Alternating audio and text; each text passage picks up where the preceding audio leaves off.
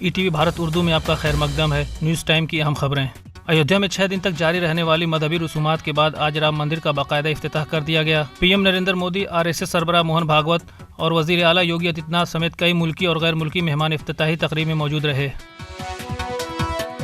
वज़ीर आज़म मोदी ने राम मंदिर इफ्तिताही तकरीब से खिताब करते हुए कहा कि रामलला अब खेमे में नहीं बल्कि मंदिर में रहेंगे। पीएम मोदी ने कहा कि 22 जनवरी कैलेंडर में कोई आम तारीख नहीं है, ये नए दौर का आगाज़ है।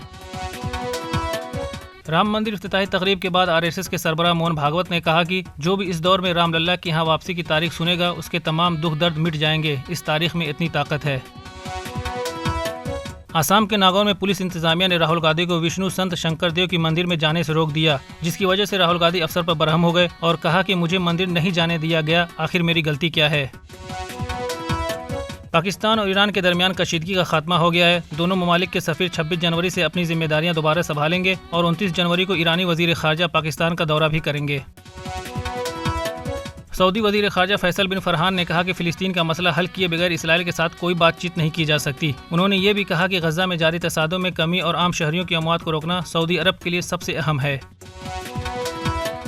भारत इंग्लैंड टेस्ट सीरीज के पहले 2 मैच से विराट कोहली बाहर हो गए हैं। ज़ाती वजूहात की बिना पर कोहली ने बीसीसीआई से 2 मैच नहीं खेलने की दरख्वास्त की थी, जिसे बोर्ड ने कबूल कर लिया है।